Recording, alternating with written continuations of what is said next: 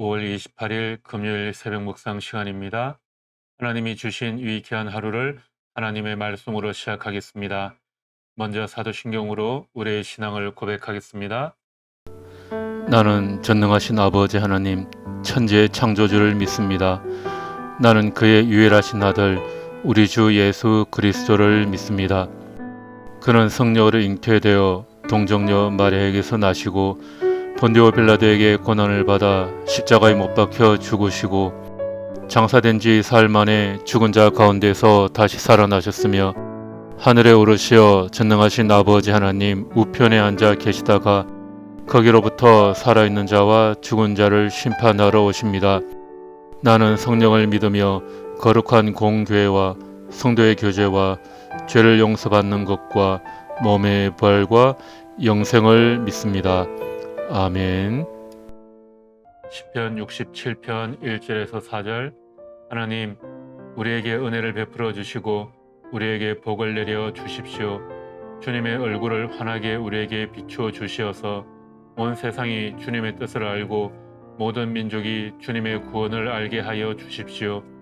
하나님, 민족들이 주님을 찬송하게 하시며 모든 민족들이 주님을 찬송하게 하십시오. 주님께서 온 백성을 공의로 심판하시며 세상의 온 나라를 인도하시니 온 나라가 기뻐하며 큰 소리로 외치면서 노래합니다. 아멘. 오늘 읽어야 할 시편은 67편에서 72편까지입니다. 오늘은 그중에 시편 67편의 말씀을 함께 묵상하며 나누는 시간을 가지겠습니다. 먼저 본문의 내용을 생각하며 5번 정도 천천히 읽으며 묵상하시기 바랍니다. 여건이 되시는 분은 마지막 한 번은 소리를 내서 읽으시면 좋습니다. 말씀을 읽다가 마음에 와닿는 구절이 있으면 성경에 표시하시기 바랍니다. 음악이 나가는 동안 여러분들이 직접 개인적으로 말씀을 읽고 묵상하는 시간을 가지시기 바랍니다. 지금부터 개인적으로 말씀을 묵상하겠습니다.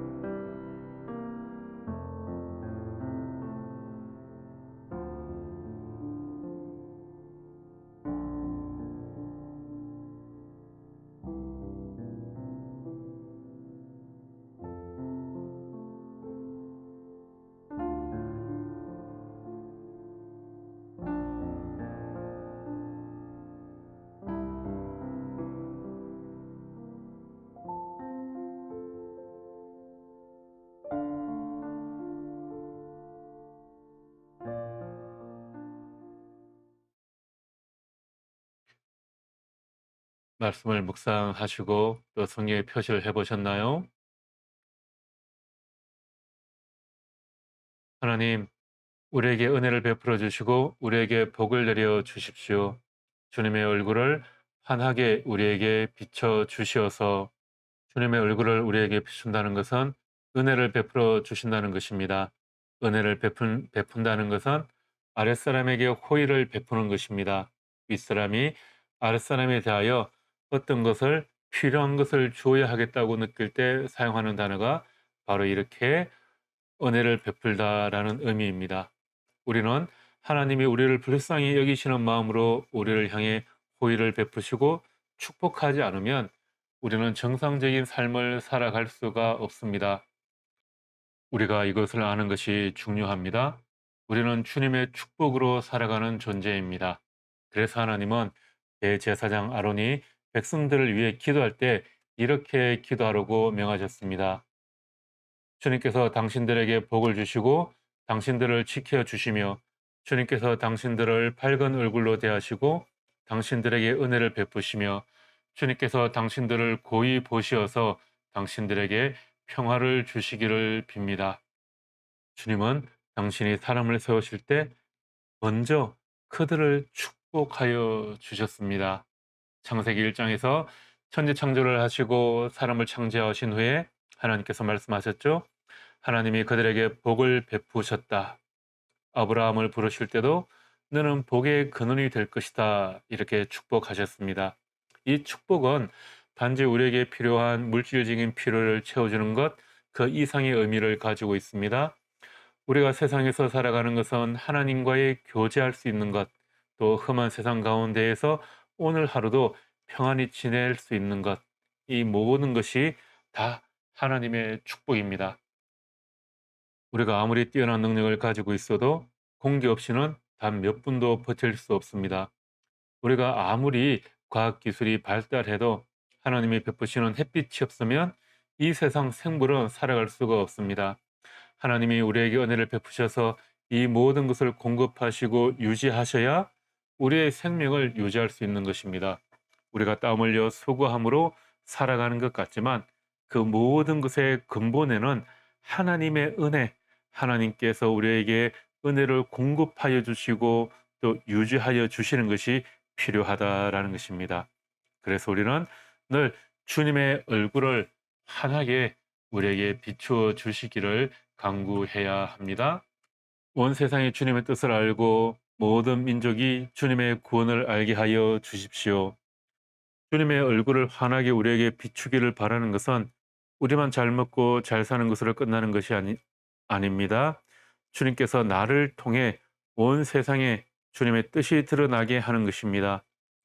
하나님의 구원의 은총이 나를 통해 주변에 흘러가기를 바라는 것이죠. 우리는 주님의 축복의 통로입니다. 하나님께서 이스라엘 백성을 선택하신 것은 하나님께 대하여 제사장 나라로 삼기 위해서였습니다. 2주 전쯤에 출애굽기 19장을 통해서 말씀드렸습니다.